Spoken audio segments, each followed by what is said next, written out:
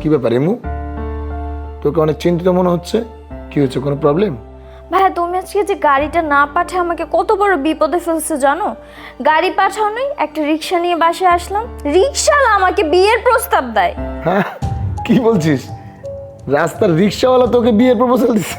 ও মাই god. ভাই seriously তোমার হাসি পাচ্ছে? এটা জোক বলতেছি আমি, এটাই সত্যি যে একটা রিক্সাওয়ালা আমাকে বিয়ের প্রস্তাব দিচ্ছে। ভাই এমন হলে তো বাসার বাইরে বের হওয়া যাবে না। সেটা তো ভালো কথা, এরকম তো হওয়া উচিত না। তুই রিক্সাওয়ালাকে কিছু বলিসনি? একটা থাপ্পড় দিতে কোসে। দিছি তো ওকে একটা থাপ্পড়, কিন্তু আমার আসলে মনে হচ্ছে থাপ্পড় ডিজার্ভ করে না। ওর হাড্ডি গুড্ডি ভাঙতে পারলে শান্তি হইতাম। আজকে যদি আমার সাথে আমার 3-4টা ফ্রেন্ড থাকতো, ওকে পিটে ওর হাড্ডি ভাঙতাম।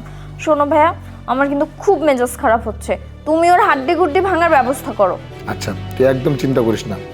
আমার মতো একজন কোটিপতির বোনকে রাস্তার একজন রিক্সাওয়ালা বিয়ের প্রস্তাব দেয়, ওর তো একটা শিক্ষার দরকার আছে। তুই একটা কাজ কর, বাইরে থেকে আসছিস, তুই যা ফিরে সব। আর ওকে কীভাবে শাস্তা করতে হয় সেটা আমি দেখছি। হ্যালো রাকিব, হ্যাঁ শোন, তোরা বিকেল আমার সাথে দেখা কর, একটা কাজ আছে, সেটা করতে হবে। টাকা যা লাগে আমি দিয়ে দেবো।